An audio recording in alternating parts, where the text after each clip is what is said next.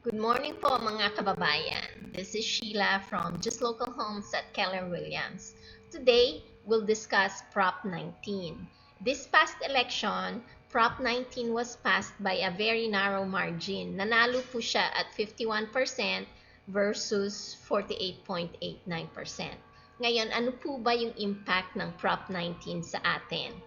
If you are 55 years old and older, what Prop 19 allows you to do is to sell your current property and buy another property, pero yung tax base po would be coming from the original property. So example po, if you bought a property in 1978 somewhere in Silicon Valley or San Jose, wherever in the state of California, sabihin natin 200,000 po yung original cost.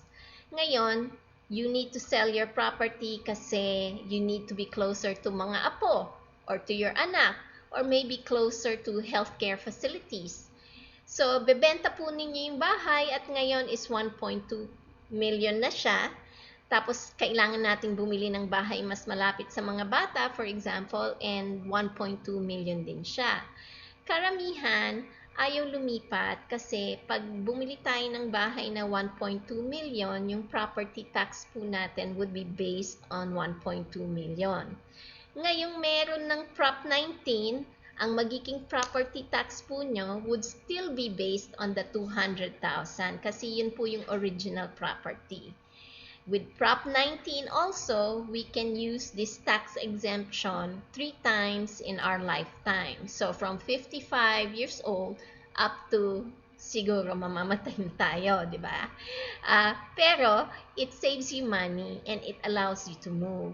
Marami pong taong matutulungan nito kasi now we can move closer to kids, closer to apo, maybe closer to healthcare, at saka yun pong mga naapektuhan ng fires, ng California fires, mas madali po for them. Like, makakabili sila ng bahay, tapos yung magiging tax nila would be based on yung original property.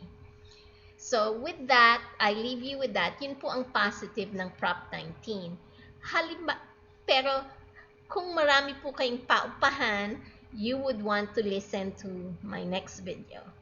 So, sige na po. Kung may tanong, DM nyo lang po ako or reach out to me in any way sa Facebook or text nyo ko because my phone number is public anyway. So, again, Sheila po. Have a nice day. Bye-bye.